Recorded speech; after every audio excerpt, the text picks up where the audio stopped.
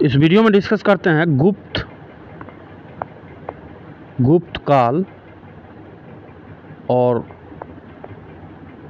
गुप्तोत्तर काल। गुप्त काल और गुप्तोत्तर काल के इम्पोर्टेंट प्रश्नों का जो 2022 तक के एग्जाम में बना है। क्वेश्चन नंबर फर्स्ट करा है कि गुप्त वंश ने डैश अवधि में शासन किया। गुप्त वंश ने डैश अवधि में शासन किया है, तो इसका टाइम पीरियड जो रहा है ये 275 से लेके 550 ईस्वी तक इसका शासन रहा है। तो इसके अनुसार आंसर क्या हो जाएगा? आंसर हो जाएगा option number first. Question number 2 कह रहा है कि निम्नलिखित शासकों में से किस एक ने 4 अश्वमेघों का संपादन किया था। निम्नलिखित शासकों में से किस एक ने 4 अश्वमेघों का संपादन किया था? सही उत्तर क्या हो जाएगा? इस प्रश्न का सही उत्तर हो जाएगा प्रवरसेन प्रथम। क्वेश्चन नंबर 3 करा, भारत का नेपोलियन किसे कहा जाता है? ये क्वेश्चन बीपीएससी में भी बना था। वीडियो थोड़ा लंबा रहने वाला है क्योंकि क्वेश्चन वो 150 से अधिक प्रश्न है इस गुप्त काल और गुप्तोत्तर काल में, ठीक है।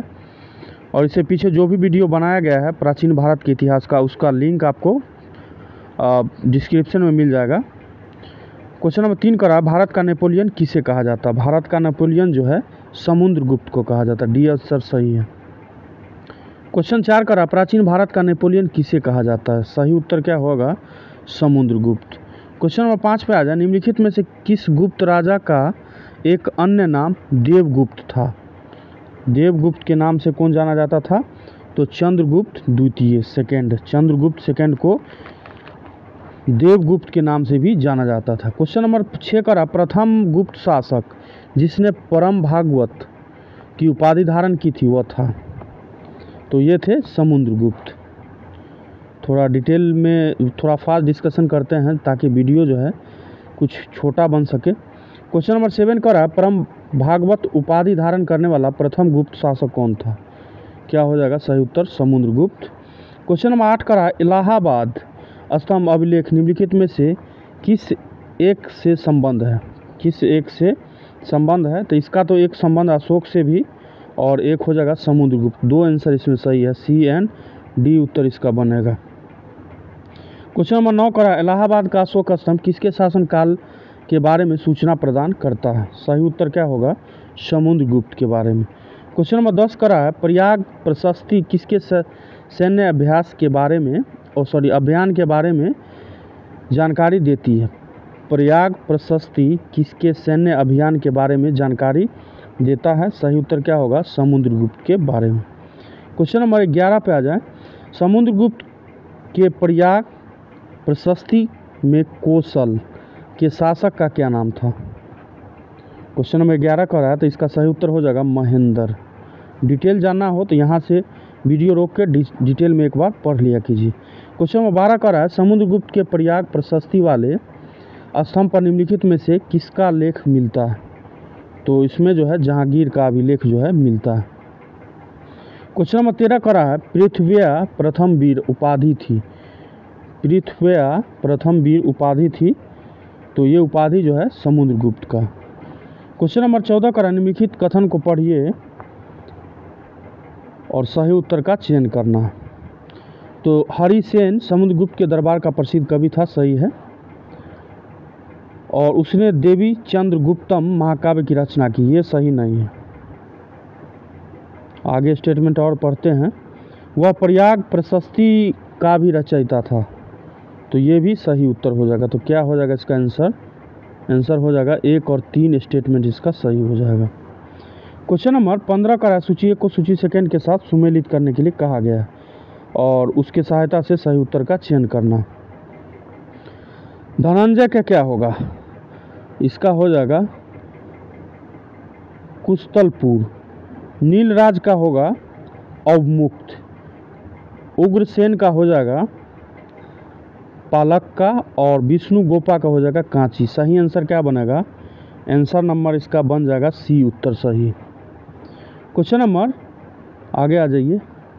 क्वेश्चन नंबर 16 कह रहा है, दिल्ली की कुब्बत उल इस्लाम मस्जिद के प्रांगण में उन्नत प्रसिद्ध लौह स्तंभ किसकी स्मृति में? तो इसका सही उत्तर हो जाएगा चंद्र। इसको डिटेल में एक बार पढ़ लीजिएगा। क्वेश्चन नंबर 17 का रहा है कि कौन सा राजवंश हुनों के आक्रमण से अत्यंत विचलित हुआ? कौन सा राजवंश जो है हुनों के आक्रमण से अत्यंत विचलित हुआ? तो इसका सही उत्तर क्या होगा? गुप्त। क्वेश्चन नंबर 18 पे आ जाए। हुनों ने भारत पर आक्रमण किया था। हुनों ने भारत पर आक्रमण किया था तो स्कंदगुप्त के टाइम पीरियड में, यानी कि शासनकाल में। क्वेश्चन 19 का रहा, निम्नलिखित में से किस गुप्त शासक ने हुनों पर विजय प्राप्त की थी? हुनों पर प्रथम विजय प्राप्त करने वाला गुप्त शासक कौन था? तो ये था स्कंदगुप्त। आगे देखते हैं, सी आंसर इसका सही है। 20 नंबर प्रश्न का है, गुप्त सम्राट जिसने हुनों को पराजित किया था कौन था भाई? तो ये था स्कंदगुप्त। क्वेश्चन नंबर 21 का है, इसमें से किस गुप्त शासक ने हुनों को पराजित किया था? तो क्या उत्तर बनेगा इसका? D answer. क्वेश्चन नंबर 22 का है, किस अभिलेख से ज्ञात होता है कि स्कंदगुप्त ने हुनों को पराजित किया था? तो इसका क्या हो जाएगा? भीतरी स्तंभ अभिलेख लेख। ये आंसर सही है।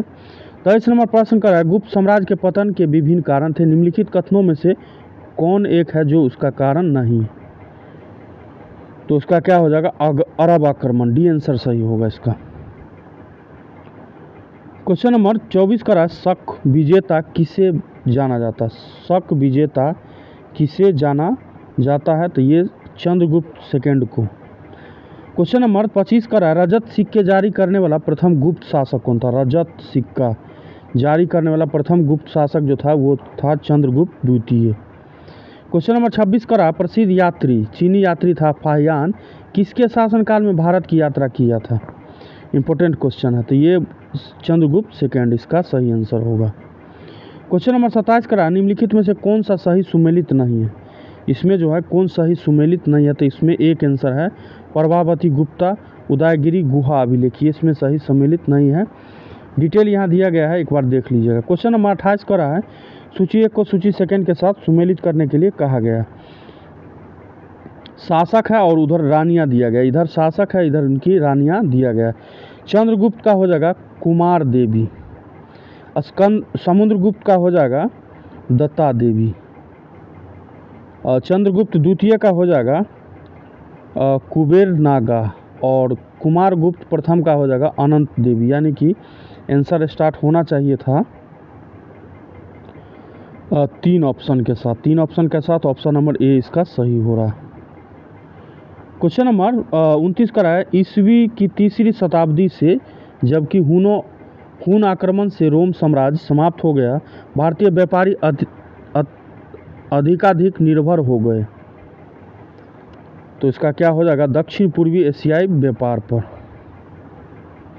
क्वेश्चन नंबर 30 का है, गुप्त काल में उत्तर भारतीय व्यापार निम्नलिखित में से किस एक पतन से संचालित होता था? किस एक पतन से संचालित होता था? तो ये जो होता था ये ताम्रलिपित, ये आंसर होगा।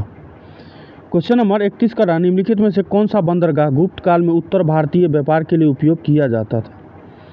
तो अभी हमने डिस्कस किया, इसका क्या हो जाएगा? और भी है, भरोच भी था इसका, कल्याण भी होगा, और काम्बे भी होगा, और ताम्रलिपित भी होगा, यानी सभी उत्तर इसमें सही है। ए आंसर इसका उत्तर बनेगा। इसका डिटेल जो है यहाँ दिया गया, इसको एक बार देख लीजिएगा। क्वेश्चन नंबर 32 का है, भारत ने दक्षिण पूर्वी एशिया के साथ अपने आरंभिक संस्कृति संपर्क तथा व्यापारिक संबंध बंगाल की खाड़ी के पार बना रखे थे, निम्नलिखित में से कौन सी बंगाल की खाड़ी के इस उत्कृष्ट आरंभिक समुद्री इतिहास की सबसे विश्वसनीय व्याख्याएं हो सकती है? तो इसका जो है सी आंसर बनेगा। बंगाल की खाड़ी से चलने वाला मानसूनी हवाओं ने समुद्री यात्रियों को सुगम बना दिया था। क्वेश्चन नंबर 33 का रहा है, प्राचीन भारत में देश की अर्थव्यवस्था में अत्यंत महत्वपूर्ण भूमिका निभाने वाली श्रेणी संगठन के संदर्भ में निम्नलिखित में से कौन सा कथन सही है? और नीचे दिए गए कूट की सहायता से सही उत्तर का चयन करना है। यूपीएससी 2012 का प्रश्न है।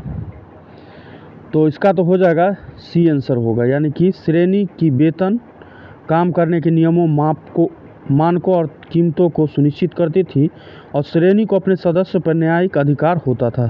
2 और 3 स्टेटमेंट इसका जो है सही है। क्वेश्चन नंबर 34 का रहा है, गुप्त काल में गुजरात, बंगाल, दक्कन एवं तमिल राष्ट्र में स्थित केंद्र किससे संबंधित थे? तो इसका क्या हो जाएगा? वस्त्र उत्पादन से। 35 पे आ जाए। विशाखा दत्त ने प्राचीन भारतीय नाटक मुद्रा राक्षस की विषय वस्तु है। विशाखा दत्त के द्वारा रचित जो है प्राचीन भारतीय नाटक मुद्रा राक्षस की विषय वस्तु क्या थी? तो ये जो था चंद्रगुप्त मौर्य के समय में राज दरबार की दुर्भिसंधियों के बारे में। डी आंसर इसका बनेगा। क्वेश्चन नंबर 36 का, निम्नलिखित में से कौन गुप्त काल में अपनी आयुर्विज्ञान विषयक रचना के लिए जाना जाता है? तो इसमें इसका जो है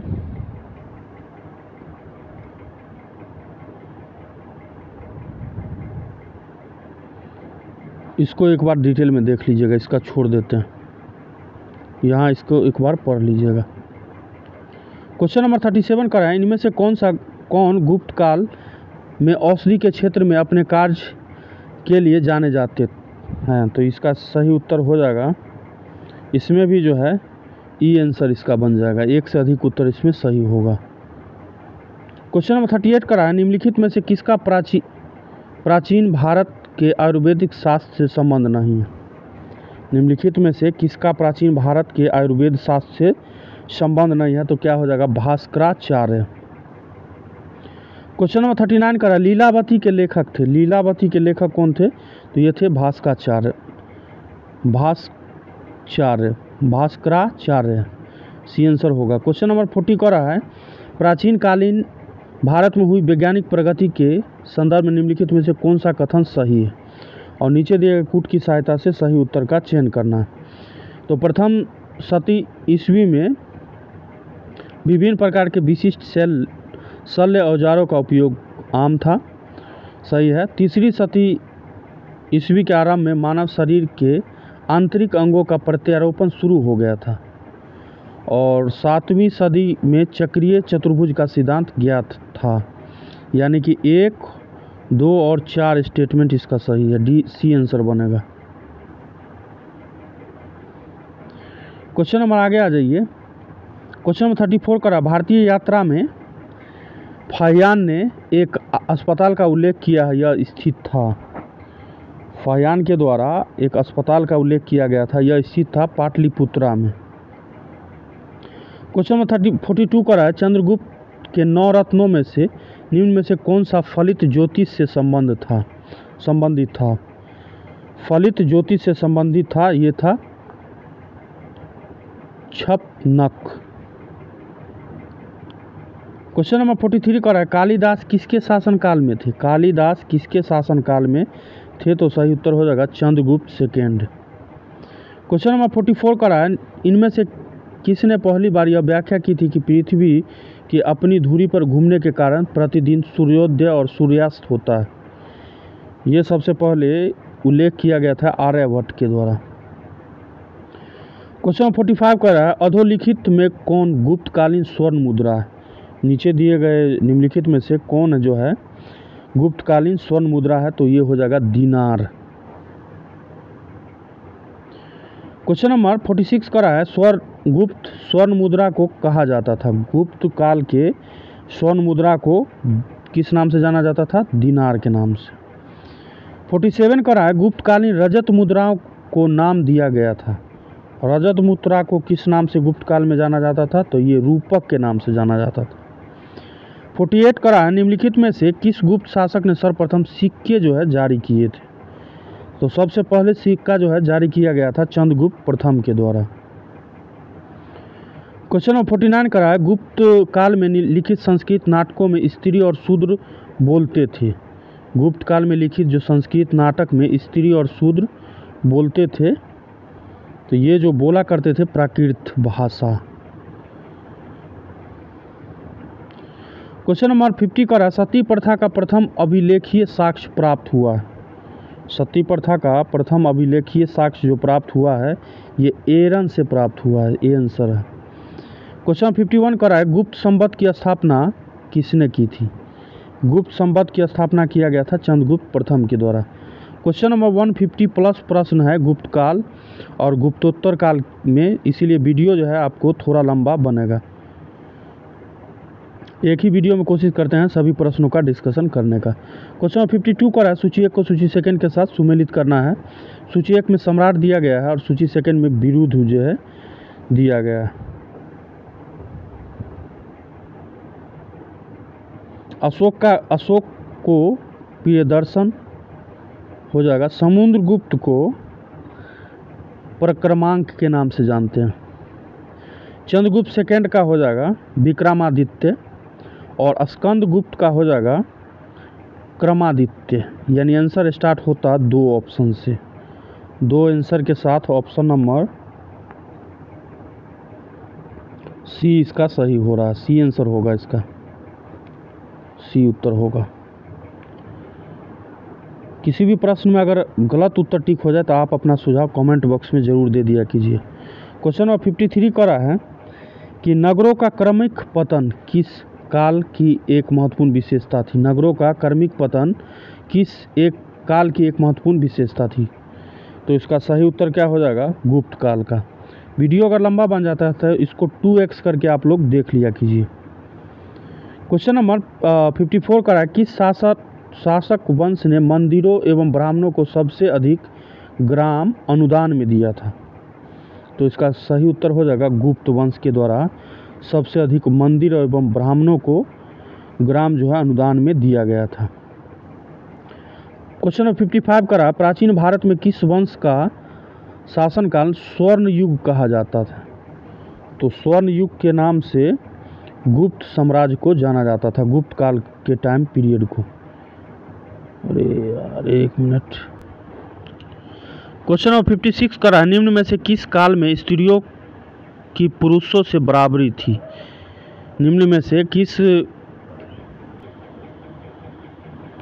से किस काल में स्त्रियों की पुरुषों से बराबरी थी? तो इस प्रश्न का सही उत्तर होगा इनमें से कोई नहीं। डी आंसर इसका बन जाएगा। डिटेल यहाँ दिया गया है, एक बार पढ़ लीजिएगा। क्वेश्चन नंबर 57 का है गुप्त युग में भूमि राजस्व की दर क्या थी? गुप्त युग में भूमि राजस्व का जो दर था उपज का 6वां भाग 1/6। क्वेश्चन नंबर 58 का है धर्मशास्त्रों में भू राजस्व की दर क्या थी? तो ये क्या हो जाएगा 1/6। सी आंसर होगा। 59 का हिंदू विधि द्वारा मान्य कर कितना था? हिंदू विधि द्वारा मान्य कर जो था ये था उपज का 6वां भाग। क्वेश्चन नंबर 60 का है किस प्रकार की भूमि को अपरत कहा जाता था? अपरहत भूमि जो है ये बिना जोती हुई जंगली भूमि को अपरत के नाम से जाना जाता था। क्वेश्चन नंबर 61 पे आ जाए भारत के इतिहास के संदर्भ में कुल्यवाप एवं द्रोणवाप शब्द क्या निर्दिष्ट करते हैं? तो इसका सही उत्तर हो जाएगा भूमाप। 62 कर है गुप्त साम्राज्य द्वारा निम्न में से किन्हें कर रहित कृषि भूमि प्रदान की जाती थी? कर रहित भूमि प्रदान की जाती थी ब्राह्मणों को, सिर्फ ब्राह्मणों को।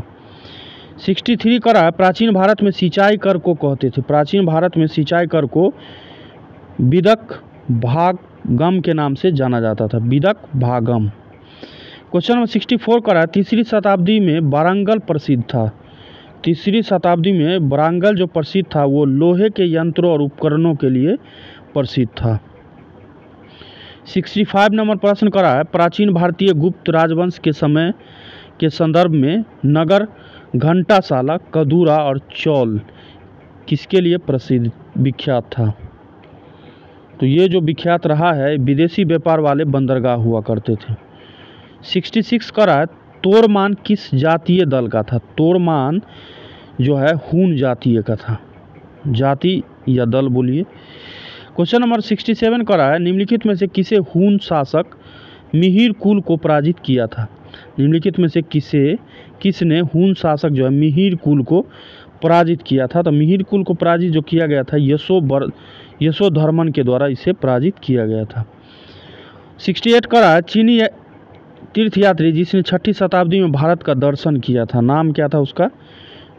सुंग यून। सी आंसर बनेगा। क्वेश्चन नंबर 68 का रहा है चीनी यात्री सुंग यून ने भारत की यात्रा की थी। तो ये जो भारत का यात्रा किया था 515 ईस्वी से लेके 520 ईस्वी के बीच। 17 नंबर प्रश्न का निम्न कथनों को ध्यानपूर्वक पढ़िए और उपयुक्त उत्तर को कूटों की सहायता से सही उत्तर का चयन करना है। तो गुप्त सम्राट स्वयं के लिए देवी अधिकारों का दावा करते थे, सही है। और उसका प्रशासन नितांत केंद्रीकृत था, ये सही नहीं है। उन्होंने भूमिदान की परंपरा को विस्तारित किया था, ये भी सही है। सी आंसर इसका सही होगा। 71 का रहा है गुप्त काल के दौरान भारत में बलात्श्रम विशिष्टि के संदर्भ में निम्नलिखित में से कौन सा कथन सही है? तो इसे राज्य के लिए आय का एक स्रोत, जनता द्वारा दिया जाने वाला एक प्रकार का कर माना जाता था, ये आंसर बनेगा। 72 पे आ जाए। कहा जाता है कि शतरंज का खेल उद्भूत हुआ है, ओरिजिनेट हुआ है। शतरंज का खेल जो है ओरिजिनेट हुआ है, तो इसका क्या हो जाएगा? भारत से ही, डी आंसर बनेगा। 73 का शूद्रक द्वारा लिखी हुई प्राचीन भारतीय पुस्तक मृच्छकटिकम का विषय था। ये जो है एक धनी व्यापारी और एक गणिका की पुत्री की प्रेम कथा पर आधारित पुस्तक है। क्वेश्चन नंबर 74 का प्राचीन सांख्य दर्शन में किसका महत्वपूर्ण योगदान है? प्राचीन सांख्य दर्शन में किसका महत्वपूर्ण योगदान रहा है? तो ये रहा है कपिल का। डिटेल में यहाँ पढ़ लीजिएगा। कपिल मुनि द्वारा 75 का रहा है कपिल मुनि द्वारा प्रतिपादित दार्शनिक प्रणाली है, दार्शनिक प्रणाली है, तो इसे सांख्य दर्शन के नाम से जानते हैं। सांख्य दर्शन प्रतिपादित किया गया, सांख्य दर्शन जो है प्रतिपादित किया गया था कपिल के द्वारा। क्वेश्चन नंबर 77 का रहा भारत के दार्शनिक विचार के इतिहास के संबंध में सांख्य संप्रदाय से संबंधित निम्नलिखित कथनों पर विचार कीजिए और उपयुक्त में से कौन सा सही है, इसका चयन करना है। तो सांख्य की मान्यता है कि आत्मज्ञान की मोक्ष की ओर ले जाता है, न कि कोई भ्रम, प्रभाव अथवा कारक। सिर्फ सेकेंड स्टेटमेंट इसका सही है। क्वेश्चन नंबर 78 का निम्नलिखित कथनों को पढ़िए और सही विकल्प का चयन करना है। कथन 1 करा कपिल सांख्य पद्धति के सबसे पुराने प्रणेता हैं और कपिल यह बताते हैं कि किसी व्यक्ति के जीवन प्रकृति की शक्तियों द्वारा गढ़ा जाता है, किसी देवी सत्ता द्वारा नहीं। इसमें कौन सा उत्तर सही होगा? तो इसमें जो है दोनों स्टेटमेंट इसका सही है। 79 पे आ जाए। योग दर्शन के प्रतिपादक थे, योग दर्शन के प्रतिपादक थे, तो ये थे पतंजलि। सही आंसर क्या होगा? A option. क्वेश्चन नंबर 80 का योग के आविष्कारक थे, योग के आविष्कारक थे, तो इसका भी सही उत्तर क्या हो जाएगा? पतंजलि। क्वेश्चन नंबर 81 का निम्नलिखित में से कौन सा एक अष्टांग योग का अंश नहीं है? अष्टांग योग का अंश नहीं है तो क्या हो जाएगा? अनुस्मृति। क्वेश्चन नंबर 82 का रहा है महाभाष्य के लेखक पतंजलि समकालीन थे। महाभाष्य जो लिखा गया है पतंजलि, महाभाष्य के द्वारा जो पतंजलि लिखा गया है वो समकालीन थे किसके? पुष्यमित्र शुंग के। मॉडर्न हिस्ट्री का सभी चैप्टर का वीडियो जो है चैनल पे अपलोड है और मॉडर्न हिस्ट्री के नाम से प्ले लिस्ट भी बनाया गया है और उसका भी लिंक आपको वीडियो के डिस्क्रिप्शन में मिल जाएगा, वहाँ से आप सिस्टमेटिक वे में वीडियो देख सकते हैं। ठीक है। क्वेश्चन नंबर 83 का रहा है नव्य न्याय संप्रदाय स्कूल के संस्थापक कौन थे? नव्य न्याय संप्रदाय के संस्थापक कौन थे? तो ये जो थे ये गंगेश और एक थे उदयन, दोनों, इसका दो उत्तर सही होगा। 84 का रहा है जब तक जीवित रहो सुख से जीवित रहो, चाहे इसके लिए ऋण ही लेना पड़े, क्योंकि शरीर के भस्मीभूत हो जाने पर पुनरागमन नहीं हो सकता, पुनर्जन्म का निषेध करने वाली यह उक्ति किसकी है? यह स्टेटमेंट किनके द्वारा कहा गया है? तो ये चावाक के द्वारा कहा गया था। चारवाक फिलोसफर थे। क्वेश्चन 85 का रहा है, केवल प्रत्यक्ष प्रमाण को कौन स्वीकार करता है? केवल प्रत्यक्ष प्रमाण को कौन स्वीकार करता है? तो इसका भी सही उत्तर हो जाएगा चारवाक। 86 पे आ जाए, निम्नलिखित में से कौन एक चावाक के अनुसार सर्वोच्च मूल्य है? अधोलिखित में से कौन एक चारवाक के अनुसार सर्वोच्च मूल्य है? तो इसका क्या हो जाएगा? इसका हो जाएगा काम, सी आंसर होगा। चारवाक दार्शनिक प्रणाली, चारवाक दार्शनिक प्रणाली है, लोकायत प्रणाली भी कहलाती है ये।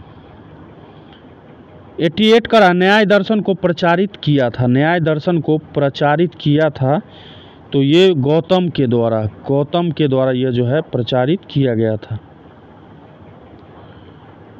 क्वेश्चन 89 पे आ जाए, न्याय दर्शन के संस्थापक थे, न्याय दर्शन के संस्थापक जो है गौतम को माना जाता है।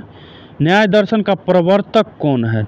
90 नंबर प्रश्न, तो इसका भी सही आंसर क्या होगा? गौतम। क्वेश्चन नंबर 91 का रहा, न्याय दर्शन के प्रवर्तक थे, क्या हो जाएगा? गौतम। कुछ और इम्पोर्टेंट पॉइंट यहाँ है, यहाँ से देख लीजिए। न्याय दर्शन का क्या हो जाएगा? गौतम। सांख्य दर्शन का कपिल, वैशेषिक का हो जाएगा कनाद, और मीमांसा का हो जाएगा जैमिनी। ये सबसे भी प्रश्न बन जाता है। 92 का रहा, मीमांसा के प्रणेता थे, मीमांसा के प्रणेता थे, क्या हो जाएगा? जैमिनी। क्वेश्चन नंबर 93 का रहा, सूची 1 को सूची सेकंड के साथ सुमेलन करना है। सूची 1 में दर्शन दिया गया है और सूची सेकंड में उसका मोक्ष प्राप्त करने के तरीके जो है दिया गया है। तो इस प्रश्न का सही उत्तर जो हो जाएगा ये होगा आंसर आपका बनेगा बी। इसको एक बार मिला लीजिएगा, यहाँ डिटेल दिया गया है, देख लीजिएगा यहाँ। क्वेश्चन नंबर 94 का है, कर्म का सिद्धांत संबंधित है, कर्म का सिद्धांत जो संबंधित है ये मीमांसा से। 95 का है, निम्न में से किस दर्शन का मत है वेद शाश्वत सत्य है? तो ये जो है इसका क्या हो जाएगा? न्याय। सॉरी, न्याय नहीं होगा, इसका ये होगा मीमांसा। 96 का रहा, अपूर्व का सिद्धांत संबंधित है, अपूर्व का सिद्धांत जो है संबंधित है, ये भी मीमांसा से है। 97 का रहा है, निम्न में से किस भारतीय दर्शन ने परमाणु सिद्धांत का प्रतिपादन किया था? तो ये किया गया था वैशेषिक के द्वारा। 98 का रहा, निम्नलिखित युग्मों में से कौन सा एक भारतीय षड दर्शन का भाग नहीं है? तो क्या हो जाएगा? लोकायत और कापालिक।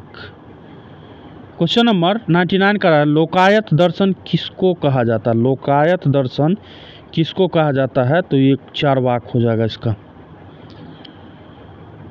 क्वेश्चन नंबर 100 का है, अद्वैत दर्शन के संस्थापक थे, अद्वैत दर्शन के संस्थापक थे, तो ये शंकराचार्य, बहुत बड़ा उस टाइम पीरियड में ये फिलोसफर हुए।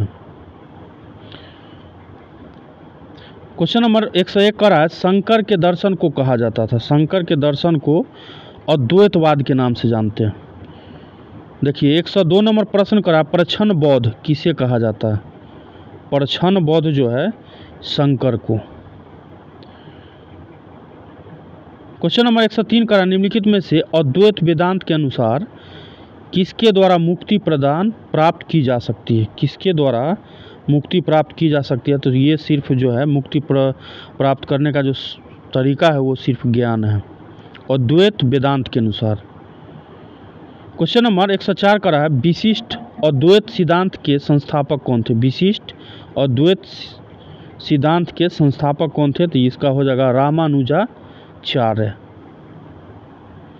105 का, निम्न में से किसका संबंध वेदांत दर्शन के साथ नहीं है? तो इसमें हो जाएगा अभिनव गुप्त। क्वेश्चन नंबर 106 पे आ जाए, सूची 1 को सूची सेकंड के साथ सुमेलित करने के लिए कहा गया है। तो इसमें प्रॉब्लम होगा मिलाने में, इसलिए इसका आंसर जो है हम आपको टिक कर देते हैं। क्वेश्चन नंबर 106, इसका सही आंसर बन जाएगा option number D. Question number 107 का निम्न कथनों पर विचार कीजिए और नीचे दिए गए कूट की सहायता से सही उत्तर का चयन करना। तो विक्रम संवत 58 ईसा पूर्व से प्रारंभ हुआ, सही है। शक संवत जो है सन 78 से प्रारंभ हुआ है, ये भी सही है। गुप्त काल सन 319 से प्रारंभ हुआ है,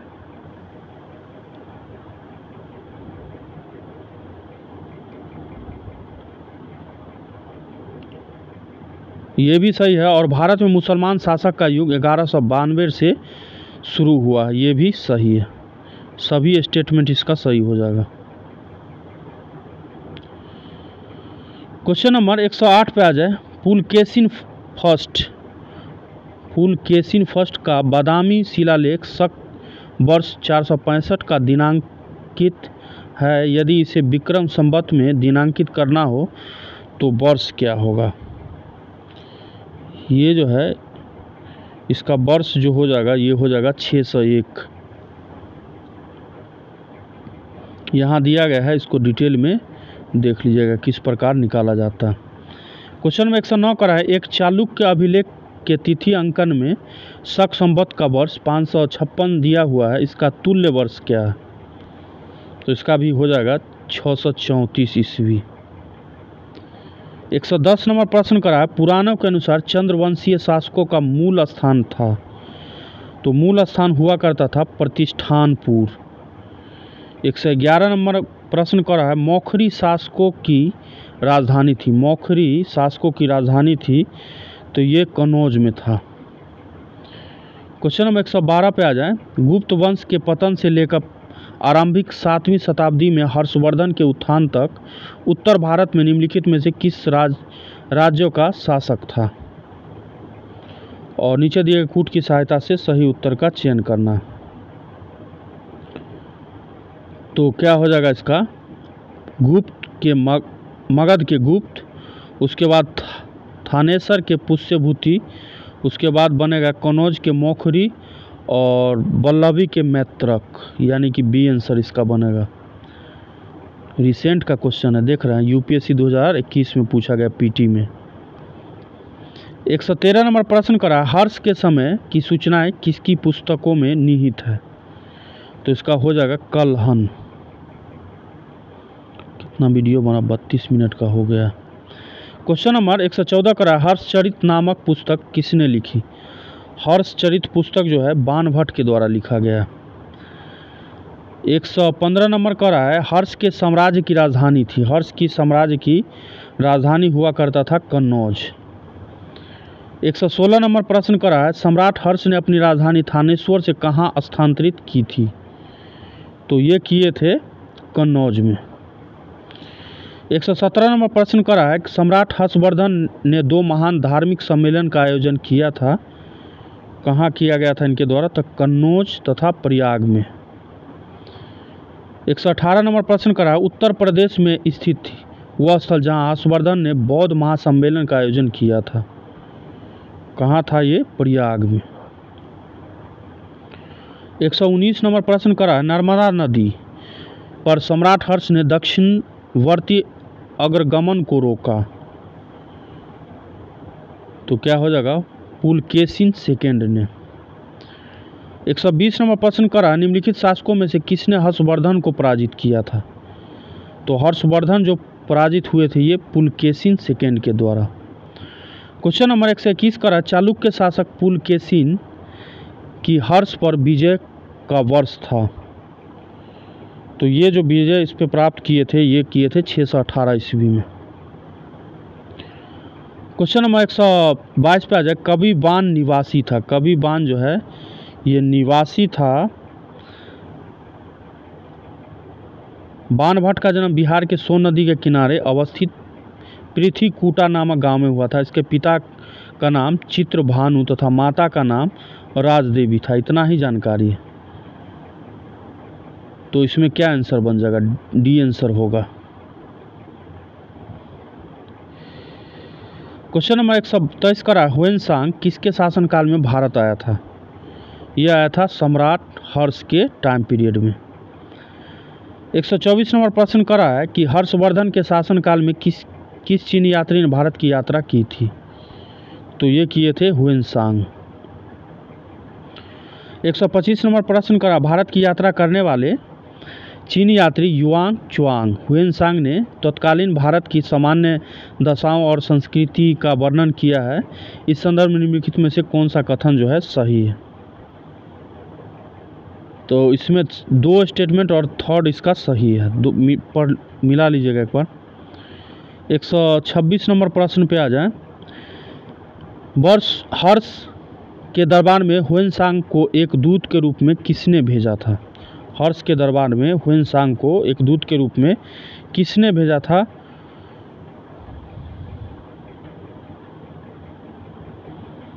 इसका भी डी आंसर है। इसको एक बार पढ़ लीजिएगा यहाँ से। 127 नंबर प्रश्न करा है ह्वेनसांग की भारत में यात्रा के समय सूती कपड़ों के उत्पादन के लिए सबसे प्रसिद्ध नगर था। तो ये था मथुरा। 128 नंबर प्रश्न पे आ जाए। कौशय शब्द का प्रयोग किया गया। कौशय शब्द का प्रयोग किया गया है रेशम के लिए। 129 नंबर प्रश्न करा चीनी यात्री ह्वेनसांग ने किस विश्वविद्यालय में अध्ययन किया था? तो ये जो अध्ययन किए थे नालंदा विश्वविद्यालय में। 130 नंबर प्रश्न करा आज भी भारत में ह्वेनसांग को याद करने का मुख्य कारण है। तो ये जो है सुयुकी की रचना इनके द्वारा किया गया है। क्वेश्चन नंबर 131 करा चीनी यात्री जिसने भीन माल की यात्रा की थी। चीनी यात्री जो थे भीन माल की यात्रा की थी वे थे ह्वेनसांग। क्वेश्चन नंबर 132 करा सीयुकी नामक यात्रा विवरण निम्नलिखित में से किससे जुड़ा है? तो ये जुड़ा है ह्वेनसांग से। 133 नंबर प्रश्न पे आ जाए चीनी यात्री इत्सिंग ने बिहार का भ्रमण किया था। बिहार स्पेशल में ये सब क्वेश्चन आपको देखने को मिलता है। बीपीएससी में अगर क्वेश्चन बनाता है तो ये सब क्वेश्चन जो है आपको बिहार स्पेशल के अंतर्गत आता है। वैसे प्राचीन भारत के इतिहास में भी ये सब प्रश्न को संग्रहित किया गया है। तो इसका भी सही उत्तर क्या बन जाएगा? डी आंसर बनेगा। इसको भी डिटेल में देख लीजिएगा एक बार। क्वेश्चन नंबर 134 करा है निम्नलिखित में से कौन सा उपवाक्य उत्तर हर्षकालीन स्रोतों में प्राय उल्लिखित हुंडी के स्वरूप की परिभाषा बताता है? तो विनिमय पत्र इसका सी आंसर बन जाएगा।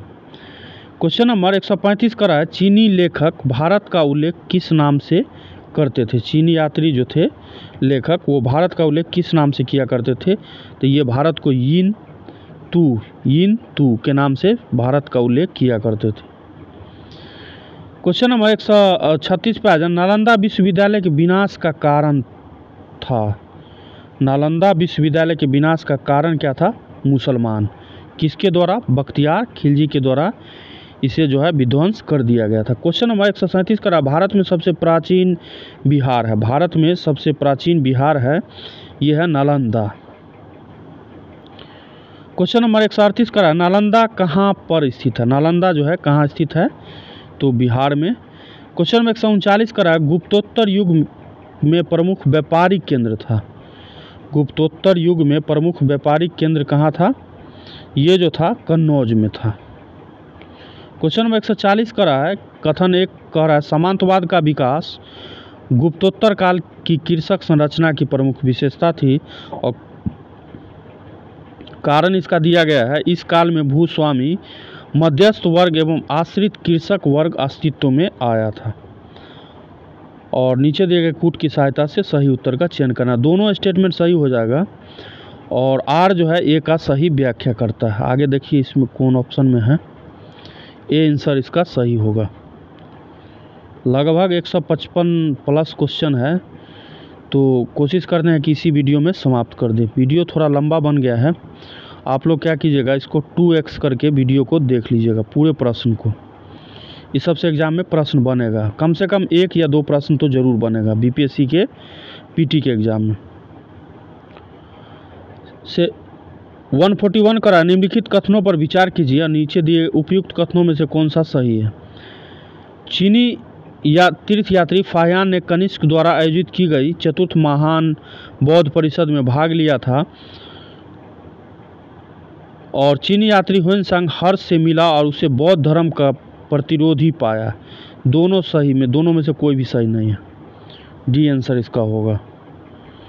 142 करा, निम्नलिखित में से कौन सा सही सुमेलित नहीं है। तो इसमें भी जो है, इसको भी एक बार डिटेल में पढ़ लीजिएगा, इसका भी छोड़ देते हैं। क्वेश्चन नंबर 143 करा है कि निम्नलिखित कथनों पर विचार कीजिए तथा नीचे दिए गए कूट की सहायता से सही उत्तर का चयन करना है। मुल्तान के सूर्य मंदिर का उल्लेख हुएनसांग, अबू जईद और अलम सूदी तथा अलबरूनी ने किया है और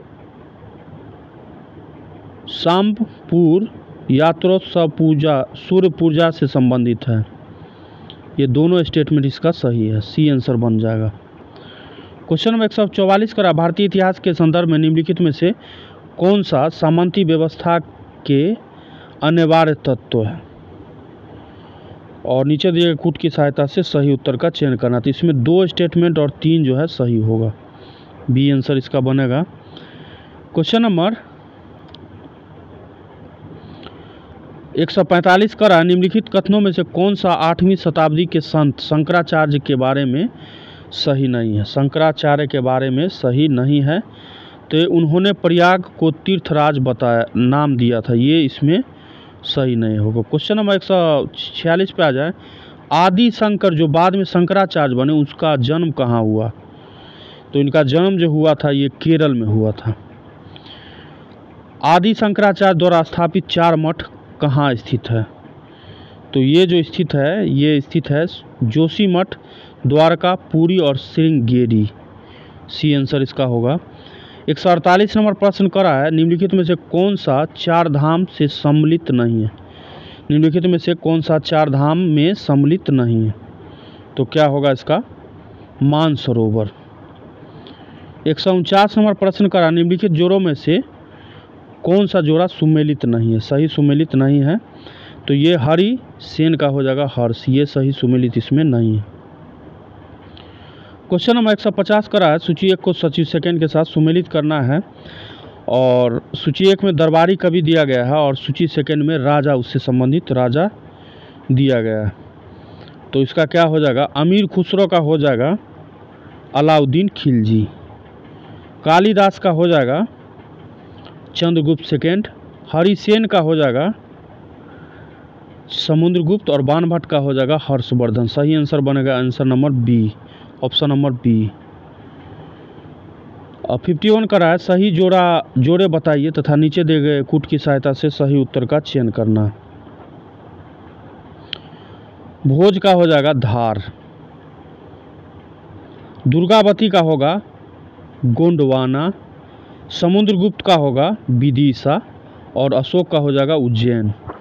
तो क्या आंसर बन जाएगा इसका, बन जाएगा 3, 4, 2 और 1, 3, 4, 2 और 1, 3, 4, 2 और 1, डी आंसर बन जाएगा इसका। क्वेश्चन नंबर 152 का रहा है, 152, भारत के इतिहास के संदर्भ में निम्नलिखित युग्मों पर विचार कीजिए। प्रसिद्ध स्थल दिया गया है और इधर वर्तमान राज्य दिया गया है। भीलसा जो है मध्य प्रदेश, द्वार समुद्र का क्या होगा, कर्नाटक। उपयुक्त में से कौन सा सही सुमेलित, ये पूछा गया। तो एक तो प्रथम फर्स्ट हो जाएगा, दूसरा सही नहीं होगा। गिरिनगर का हो जाएगा, गिरिनगर का गुजरात, ये भी सही सुमेलित है। और स्थानेश्वर का हो जाएगा उत्तर प्रदेश ना होकर ये होगा हरियाणा, ये 4 लिख देते हैं। और द्वार समुद्र का कर्नाटक होगा, कर्नाटक, महाराष्ट्र नहीं होगा। तो इसका सही उत्तर क्या बन जाएगा, ये ए आंसर इसका बनेगा। 1 और 3 जो है सही सुमेलित है। तो टोटल इस वीडियो में हमने डिस्कस किया टोटल 152 प्रश्नों का डिस्कस हमने इस वीडियो में किया। गुप्त काल एवं गुप्तोत्तर काल,